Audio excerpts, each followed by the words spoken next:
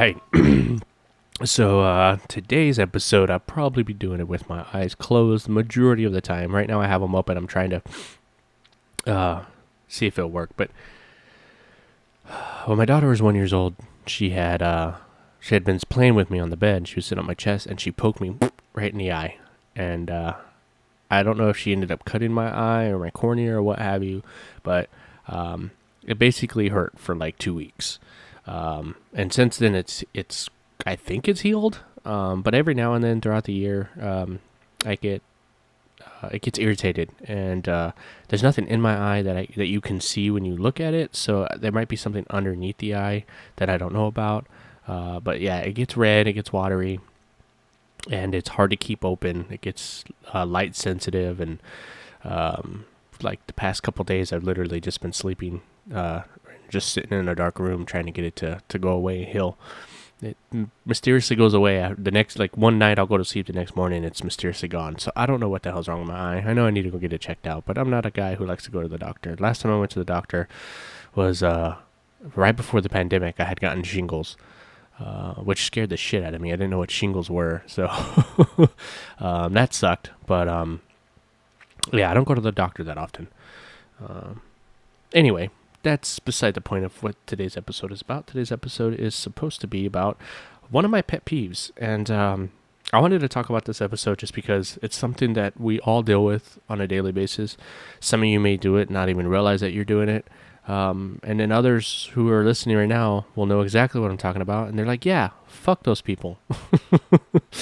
And that is just having highway etiquette. Knowing what the lanes are, knowing what lane you should be in, and basically doing that all the time. So for all of you out there, first off, before I even get into the lane etiquette, anybody, and if you're listening and you do this, stop it. Stop calling the far left lane the fast lane. It is not a fast lane. It is a passing lane. It is not meant to be driven the entire time that you want to drive in it. It's meant to get over, pass the car on the right, and then move back over. That's what it's for. So I'm going to talk about that, and then a little bit. I'm going to throw in a little bit extra, rather, after my little rant here about kind of how my city freeway system works and why it annoys me. Because there are some sections in the city that could be worked on, and it's annoying. And I'm kind of curious to know if you guys have the same issue in your city. But first off, let's start with the freeway. So I'm going to move from the far right side all the way over to the left. Now, typically, your freeway system is going to have anywhere between 3 to 5, sometimes 6 lanes. I know in California, their freeways are fucking huge. In the city that I live in, we have, I think the biggest I've seen so far is like a 5 lane. But it's pretty much, your middle lanes are going to be all pretty much the same thing. So you have your far right lane, which is your merge lane. So when you're coming onto the freeway, you have your merge lane, and you use that lane to basically merge over onto the freeway. It's your way of coming onto the freeway. Now, for the people that are coming onto the freeway, you are supposed to accelerate. Do not brake. Do not hit your brake when you're coming onto the merge lane, because the people behind you are also trying to accelerate to said speed of the freeway. Most freeways are anywhere between 60 and 70 miles an hour. So if you're going onto the freeway and you're leading the pack and you hit your brakes, chances are the person who is behind you is not going to notice that you hit your brakes, because they are also trying to get up to speed. And when you're getting up to speed, you're not supposed to be looking straight. You're supposed to be looking to the left of you. And you're supposed to be gauging the speed of the people on the freeway. So that lane to the left of you that's right next to you, you need to be gauging your speed with that person. Either get in front of them or get behind them. The person that's in the left lane is going to either yield to you or they're going to get in front of you. Now again, it's an exchange between both drivers. There has to be an understanding. Someone has to yield. So at the end of the day, when you're coming on the freeway, if you're at speed and you notice that he's coming up kind of fast, then pull back just a little bit just so you can pull in right behind him, or accelerate it a little bit more so you can get in front of him. But ultimately, when you're coming onto that freeway, it's your job to be paying attention. It's your job to be focused and understand that you need to either be in front of them or be behind them. the person on the left, they're not responsible for slowing down. They can if they want. They can slow down and let you in if they want to. That is not their job, though. They don't have to do that. They can continue. If the speed limit's 65 and they're doing 65 and they're just cruising along and they're doing 65, they do not have to brake for you when you're coming in.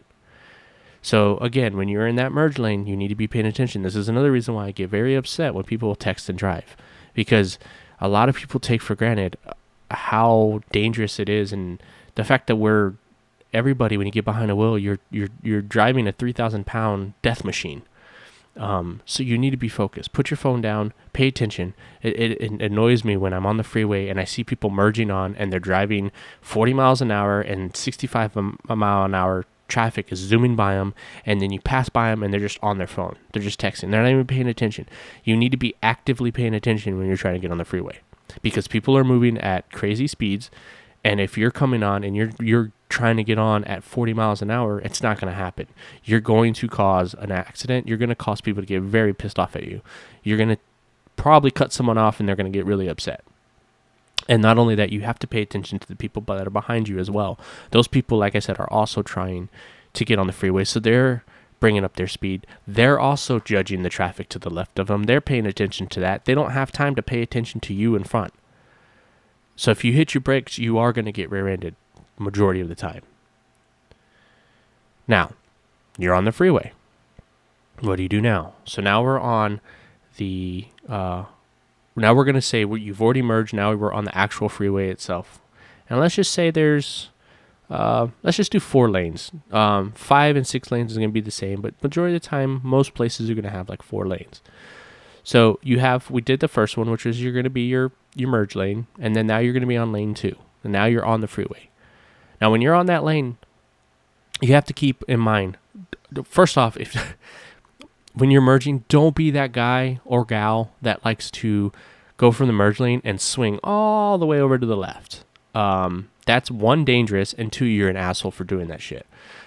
Because when I see that shit, I know you're going to be the type of driver that's going to hog that fucking left lane, and you're not going to allow people to pass, and you're just going to be an asshole. And more than likely, you're going to be the same type of asshole that brake checks someone in the left lane when they're like, dude, get the fuck out of the way, I'm trying to pass. Anyway, so you moved over, you're in that next lane. You're in lane 2. Typically, that lane is meant for if you're coming up to the next exit that you're going to be exiting, you want to be in that lane. So if you're getting onto the freeway and that next exit is not going to be your exit, then slide on over. Now, sometimes those lanes will have an exit-only lane that will appear on your right side that will also be part of the merge lane. So, you could stay on that lane, merge on, or you can stay in the lane to exit. And in that case, you would just want to get into that lane. But that lane typically is not meant to cruise in. That lane's typically meant you have an exit coming up and you're getting ready to exit it. It's the same way, like if you go with 5, 6 lanes, the lane that's next to that typically is also the same thing. You kind of cruise in that lane, and let's say your exit's 2, 3 exits down. You can stay in that lane and then move on over slowly, as you get closer to your exit, to where when you're on your actual exit, you're in the lane that you need to be in to exit. That's kind of what those middle lanes are for. But also, each lane itself is meant to pass. You never want to pass on the right, especially if you're going to pass a 18-wheeler. They can't see you. So if you're in lane 2 and the car in front of you is kind of slow and you're catching up to it, then move over to lane 3, get past it, move back into lane 2, especially if you know your exit's coming up. If you know your exit's coming up in less than a half mile, maybe just cruise behind that person, and fuck it. That way you're not trying to race around them and can cause an accident. Just cruise behind them until your exit comes up, then move over and exit. If that lane turns into an exit-only lane, then just cruise behind them until you can get on the side streets where you can pass them. Again, a lot of that issue is of people driving slow because they're just not paying attention. They're either texting on their phone or they're just so old and scared they don't want to be on the freeway to begin with. I have a lot of people. I know a lot of people like that. When I was a driver, I met a lot of elderly. I would take people elderly to doctor's appointments, and that was one of the things that they would always tell me, that they always hired a driver because they just hated going on the freeway. I had some that just didn't want to be a passenger on the freeway either. I had to kind of prove myself in my driving skills after a couple trips for them to kind of be like, okay, yeah, you can go on the freeway. But I've had customers before where they'd be like, take all access roads, and that was always rough because you hit a lot of lights. But so then, like I said, all your middle lanes are going to be kind of that too. If your exits 3, 4, 5 exits from now, just cruise in those middle lanes. And then, like I said, as you again paying attention as you get closer to your exit, slowly try to move over. And then again too, if you want to make it all the way to the left lane, let's say your exit's 10 exits down, you're getting on the freeway, don't be the asshole that swings all the way across. Just take a lane at a time. Turn your blinker on to let the person know that you're trying to get over in their lane. And then basically what I'll do is I'll turn my blinker off, I cruise in that lane for a few seconds, hit my blinker again, look. It allows me to kind of understand the situation. So I've moved over to one lane, I'm kind of looking around, okay, I know what's in front of me, I know what's on the side of me, hit my blinker again, we're going to check my blind spot, move over to the next lane, cruising that for a little bit, get an assessment of the situation, again, hit the blinker again, slide on over, and you're just going to do that until you're all the way over to the lane that you want to be in. But again, if you're going and your first instinct is to go all the way to the left, like because it's quote unquote the fast lane, you're an asshole. The far left lane is a passing lane. All the lanes to the left of the right lane is going to be considered a passing lane. But the far left lane is meant to be your passing lane, your last resort passing lane. So if you're driving and the person in front of you is driving a little bit slower than you are, you move over to the left, you pass them. Once you've passed them, you move back over to the right and you allow traffic to flow. The funny thing is that if people started doing this more regularly, we wouldn't have the traffic jams that we have. We have a lot of traffic jams because people are they're bullheaded. A lot of them still go by that mentality of like, well, it's the fast lane. It's the fast lane. No, it's a passing lane. It's meant to pass and then get off of. So just take that into account when you're driving. And I know there's people who probably listen to me now who are shaking their heads and calling me a dumbass and da-da-da-da-da. And if you don't believe me, look it up. Because I am one of those type of people that I will ride your ass. If you're in the far left lane, you don't move the fuck out of the way, I will ride your ass. Typically, I'm a little nicer about it at the beginning. I'll kind of flash my lights to let you know that I'm coming up, especially if I'm coming up fairly quickly. And if you refuse to move out of the lane, I'll flash my lights again. And typically, the people who are the ones that are the assholes are juice heads, the meat heads, the people who have the little man syndrome, and then of course the rich moms, the Karens of the world. But for the most part, people understand how it works. Especially that's why I like driving out like in the country roads, in the hill country. You got a lot of farmers and shit out there, and they understand road etiquette. Even like on the smaller roads too, they understand that like when you're on a 2-lane road, so you have the traffic that you're flowing with and then the traffic that's coming against you. A lot of farmers out there, they understand, especially if they're pulling hay or they're on tractors or they're in cruise mode. A lot of times there's enough space on the shoulder where if you're driving on one of these roads and there's really no way for a person to pass you, they slide over to the shoulder a little bit, let you pass, and then get back on the road. Again, proper etiquette. It's just being polite.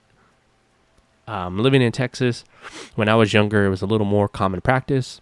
As I've gotten older, we have a lot of people from California, a lot of people from Florida, a lot of people just from other states flowing into Texas, and they don't have that same etiquette. If anything, they drive more recklessly. They're more aggressive, and so it tends to make a lot of local folk more aggressive.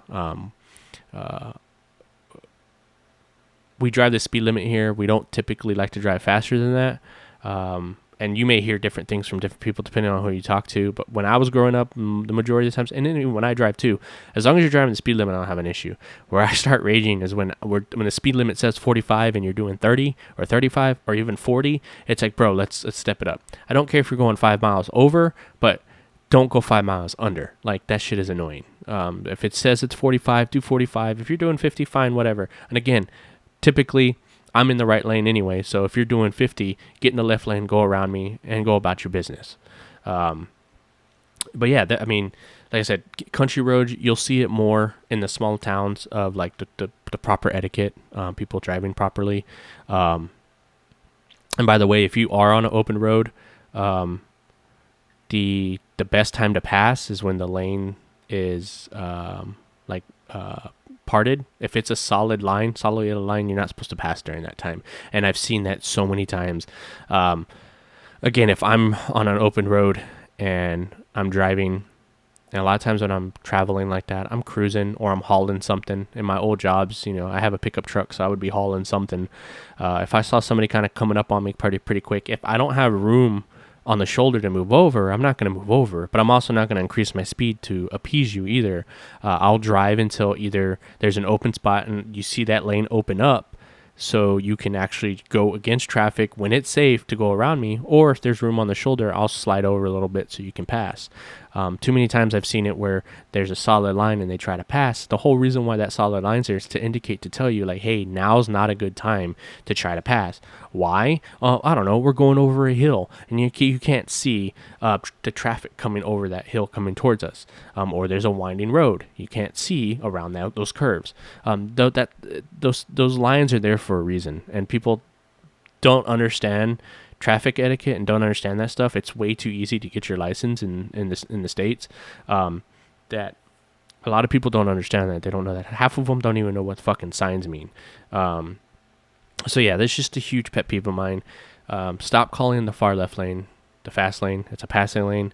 And if you're going to be on the freeway cruising for a bit before your exits come, hang out in the middle lanes. Pay attention to when your exit's coming so you can slowly start moving over to the right and using your right lanes to exit accordingly. And also start using yield signs as yield signs. I hate people who use yield signs as a fucking stop sign. It's not a stop sign. People are so backwards in this city with that. They use a stop sign as a yield sign, then just roll right through what we Texans call a California stop. You roll right through it instead of, you're supposed to bring your car to a stop at a stop sign. When your car rolls back, and if you don't know what I'm talking about, that means you've never actually stopped at a stop sign. When you stop at a stop sign, as soon as your car jerks back 3 Mississippis, that's enough time you stop, your car rolls back, you look to your left, you look to your right, you look to your left again, and then you go.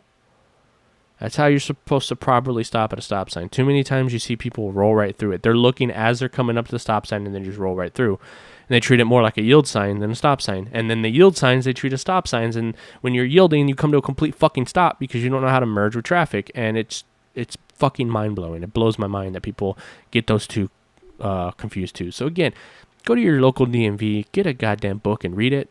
Like, if you're not understanding this stuff, if you're new to driving, I hope this helps a little bit. I'm kind of touching this stuff kind of vaguely, but hopefully it helps. One of the other things I wanted to touch on was my city in particular, and I'm pretty sure there's other cities that do this. But if you live in my city, you'll know exactly what I'm talking about. There's a section, there's a few of them in the city, but the one that I know the most, that I've noticed the most because I spent the most time over there when I was doing a lot of my delivery stuff, was over kind of by the medical center off of I-10. The I-10, going from I-10 to 410, there is a section of freeway that basically the only time it's not packed with traffic is from the hours of like 10 in the morning to about 12 in the afternoon. There's about a 2-hour window where it's not packed. Because right around noon, all the people going to lunch that work in that area cause the traffic, and it just stays that way until 3 o'clock, 4 o'clock, when people slowly start getting off of work, and it just stays like that until about 7, 8 o'clock at night.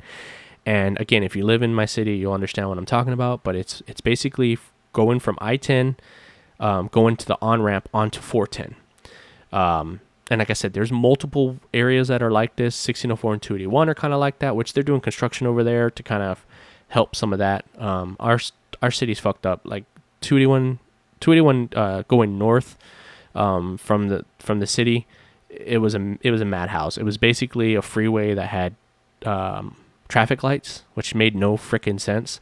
So 1604 is also like that. So they're slowly fixing that. They're getting rid of that. So now they actually have access roads, because that whole area of 281 over in the Stone Oak TPC Parkway area, they had all these businesses on the side of the freeway, basically. So like people trying to come out of those businesses, you're literally coming onto a freeway. So it was just mayhem. So now they've separated it now to where you're going to have more of a direct line of freewayness. Like if you're just driving through, you don't want to stop in that area, you can stay on the freeway, boom, and it's more of a steady flow. Whereas now the traffic lights are actually traffic lights for intersections and the side roads. So you're not having to get onto the freeway just to go to a Target. You know what I mean? But anyway, back to I-10. So I-10. I think they developed this road this way before the influx. Like our city, basically, we're playing catch up with our road systems. Like we expected growth in the city over time, but we didn't expect the amount of growth that we're getting. So many people are flocking to our city in such a short amount of time that the roads can't handle the influxion of people that have come. So you see it now more than ever. And really what it is so I-10, when you're going from I-10 to 410, there's literally like 3 on-ramps that come onto I-10, while at the same time, those 2 lanes on the far right of I-10 turn into exit-only lanes. So you have 2 lanes on the far right that you literally you're gonna get on to exit onto 410, because then when you take those lanes, you have to be on a specific one, because if you're on the far right one, when you get onto the ramp to go on to 410, that's gonna take you one way down 410, and then if you're on the left, that's gonna take you the other way. So I believe it's north and south on those exits, because typically it's 410 east and west, but because of I-10, when you get on I-10, it's east and west, you're north or southbound on 410. So when you're on I-10 and you're exiting, you have to know which lane you need to be in, because you're either going to go 410 north or 410 south. So that's where the confusion sets in. If you're doing it properly and you're driving on 410 and you see your exit coming, you're literally moving over and you're going to be in one of those lanes. The problem is that you have three different times within that section, you have on-ramps that are coming onto I-10, where groups of people are either coming on to exit to get on a 410, which is fine, because you're coming on and you're already in those 2 lanes. So you either need to be in the lane that you originally come on, or just slide over one if you're going to be going 410 north. So that's not the issue. The issue is those same people coming on those ramps, some of them want to get on I-10. So they literally have to move over 2 lanes over to the 3rd lane to be on I-10, which is going to remain I-10 once you pass that. And the closer you get to that 410 exit, like that last one is always where most of the congestion is, because you have people who are moving over to the right from the left to get on a 410, and then you have people from the right trying to get over to the left to stay on I-10 instead of getting on 410. So you have this bottlenecking that happens. And again, we live in a city where people don't know how to merge. People don't like blinkers, and if you use a blinker, it is more of a hindrance than it does good, because people see your blinker and then they speed up. They don't want to let you in. And then on top of that, which this is where a lot of my issues were, where I got into a lot of I guess, quote unquote, road rage incidents, is where I'm going to go 410 north. So I'm not in the far right lane. I'm in the lane, the second right lane to get onto 410, because it's going to go off to the left. Once you get off of I-10, it forks. Once you get off of I-10, you basically go up, it goes upwards and then it forks. And so if you're in the far right one, you're going to go towards the right. If you're in the left one, you're going to go off to the left. So too many times I'll see, and I used to see 18-wheelers do this shit too, and I fucking hate it, is that, as you're going up, again, there's dotted lines, dotted white lines that tell you it's okay to get over into that lane. The moment that line turns solid, that means you're not allowed to move over no more. If you're stuck on I-10, all well, you're on I-10. Go to the next exit, do a turnaround, figure it out.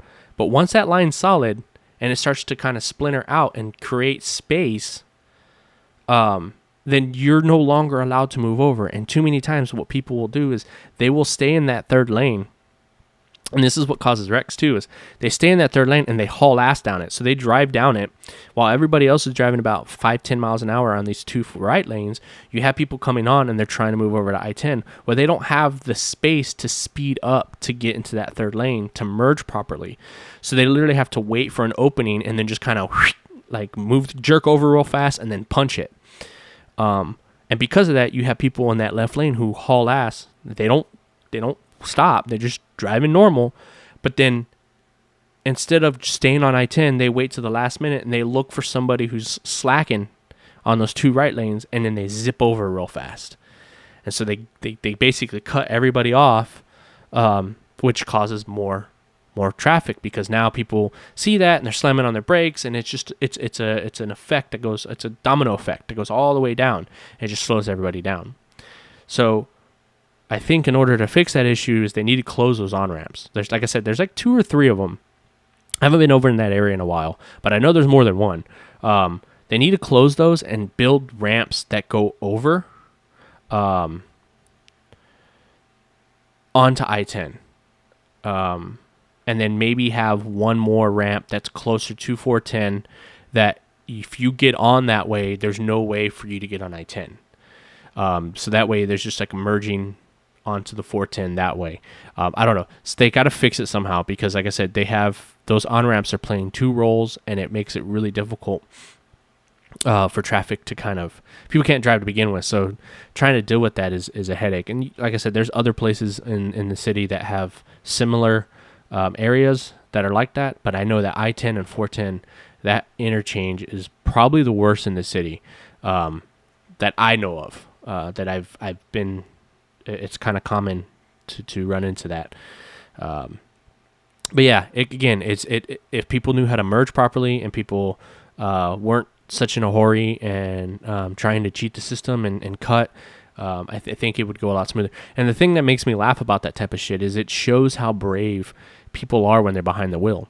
Because these same people who will cut you off and cut line and not drive the way, like with proper etiquette, the way the roads are meant to be driven, I always laugh because I'm like, these are also the same people that, like, if you're in line in an actual standing in line for something, whether it be food or whatever it is, these are the same people that will be complaining because the line's on, because they can't cut in front of you. Because if they do cut in front of someone, it'll be somebody who's a lot weaker than them. They're just bullies. A lot of these people they feel tough behind the wheel of their vehicles, but a good majority of them wouldn't dare do that shit in an actual real life setting where we're standing in line. Because if you did that to me, I'd choke the fuck out of you. Like, I wouldn't even say nothing. I just put you in a rear naked choke, put you to sleep, slide you on over, and when you wake up, and be like, line's back there, buddy. But yeah, I don't want to sit here and try to sound like a tough guy. It's just, it's frustrating. So again, I hope you guys got something out of this. It was just something I thought about, and I'm just kind of rambling now. But yeah, let's be better to our fellow drivers out there, man. Try not to be upset.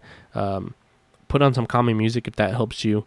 One of the things that I really realized that helped me with my road rage, because I used to have it pretty bad, but once I had my kids, and I had my kids in the car with me, that calmed me down a lot. The other thing that calmed me down is when I started carrying, when I started to conceal carry, that definitely calmed me down, and I'm not as angry anymore. If somebody cuts me off or somebody does something stupid, typically I let it go, because I'm always reminded that I have a weapon in my vehicle. And again, like, I don't have a weapon because I want to flaunt it and be this menace to society. I have it to protect me and my family, first and foremost. So I don't want to put myself in a situation where I may have to use said weapon, and then there's a possibility that I could go to jail because of somebody else's stupidity. So if that works for you guys, great. Practice your Second Amendment and go that route. There are others out there that I wouldn't suggest that. They may they have a weird complex where they think that they're tough already, and then putting a weapon in their possession could make them feel unstoppable.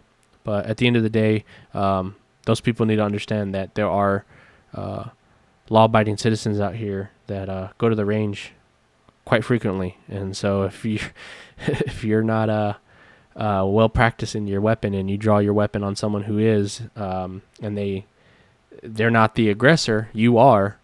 One or two things is going to happen. Either you're going to shoot them and kill them, and then if someone can prove that you were the aggressor, which if it's on the road, majority of the time you're going to have witnesses, you're fucked. But then again, like I said, if you run into a law-abiding citizen who carries their weapon, practices with their weapon, and is very proficient with their weapon, and they're just trying to defend themselves, and you draw on them and you miss, and they destroy you, and again, it can be proven that they weren't the aggressor, it was self-defense, then again, you're fucked. You're now dead, and that person gets to walk. So just common sense, people. Like, common sense when you're driving, common sense when you go out and purchase a firearm. It's really all I'm kind of preaching at the end of the day. Stop being an asshole. Have some etiquette. Learn the roadways, and you won't run into those situations. If you're one of those assholes that's driving way above the speed limit, you're not using your blinker, you're cutting people off, you're driving in the left lane when you're not supposed to be, then you're the problem. You're the problem, and most people hate you. And then, of course, if you're getting into a lot of road rage incidents to begin with, maybe it's not the other people. Maybe it's time to take a step back and look at yourself and be like, what am I doing wrong? Why am I constantly getting in, like, I can't leave the house and get in my vehicle without getting into some type of altercation with someone? Maybe it's time to kind of sit back and take some accountability for your own driving and see what you're doing wrong. Like I said, once I started to take accountability in my own driving, I'm paying attention more in how I'm driving and what I'm doing and what have you. I don't run into those issues as much. I don't have a bunch of altercations with people. And a lot of times if someone like whizzes by me real fast, like in my car, I'm like, what an asshole. But I don't flick them off or anything like that. I don't bring the attention to myself. Like, let that guy be an asshole. It's not hurting you. It sucks because he's probably going to end up hurting someone else. But again, this is why you have to be proactive in your driving. You have to be fully aware of what's going on, and you have to be self-defense. Self-defensive driving is very important. So learn how to be a defensive driver, and you can avoid a lot of wrecks. And just be aware of your surroundings. It's something that I've told my wife multiple times, and we're working on, is that not just driving, just in everyday life, when you're out and about, you need to be self-aware. You need to be on guard constantly. And a lot of people will sit there and say that you're a loony or whatever, think you're crazy.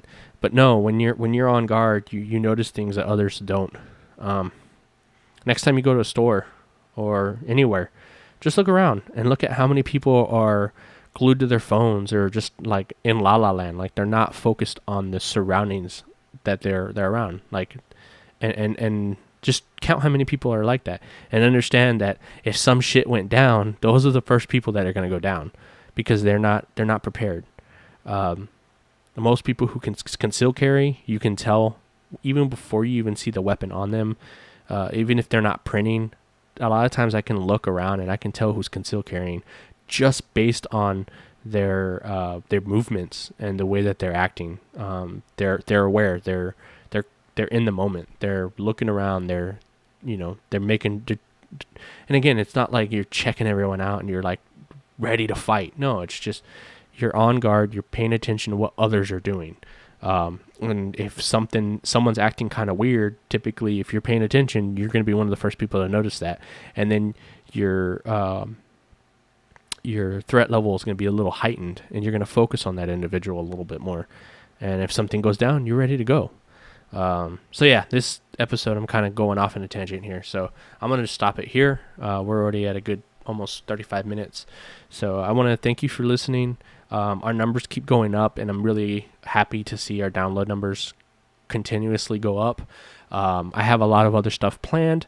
We're working on YouTube stuff. We're working on, I don't know when this episode's going to release, so I don't know if merch will be out by then, but we're working on getting some merch together and everything like that. So to everybody that's listening, thank you again for listening. I'm thinking about also trying to get a donation link together. So for those of you guys that want to help this podcast continue running and help me build this brand, I want to be able to make that possible for you guys to be able to do that. So just keep an eye out for that. There's changes coming. We're working behind the scenes like crazy to make these episodes interesting and fun. So thank you for listening. Thank you for tuning in. Spread the word. Let your friends know about it if you're enjoying the episodes. Again, join our Facebook group. Join our Parler. It's all Cognitive Discourse. And like I said, I do have a YouTube page if you want to subscribe to it. We don't have any videos up right now. By the time this episode is released, I might have something. I have a buddy of mine who's helping me kind of dip my toe into the video stuff so we can start putting some more YouTube videos. But as time progresses, I'll probably start being able to do more of that. So yeah, look out for that. And again, you can just type in the Cognitive Discourse and it should pop up on YouTube.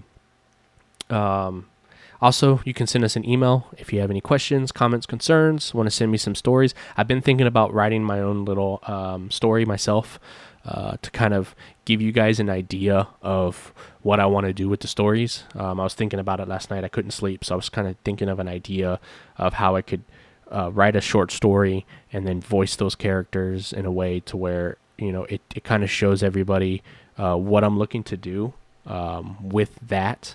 So if people are interested and want me to recreate their written stories in an audio format, then I'd love to do that. So you can send me an email at cognitivediscoursepodcast@gmail.com. That's cognitivediscoursepodcast@gmail.com. There's no just cognitivediscoursepodcast@gmail.com. Send me an email.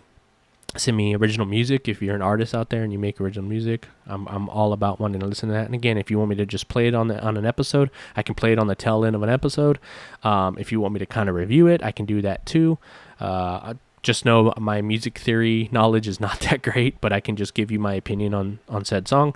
But I don't have to. If you just want me to play something at the end, I'd be more than happy to do that. Again, I want to just share music, share art, share stories, answer questions, whatever the community wants. That's kind of what's going to shape this podcast. For now, I'm just kind of rambling and being a weirdo. And I want my fellow weirdos to kind of pitch in and build a community. But until then, you guys have a great weekend. Be safe out there. And until next time.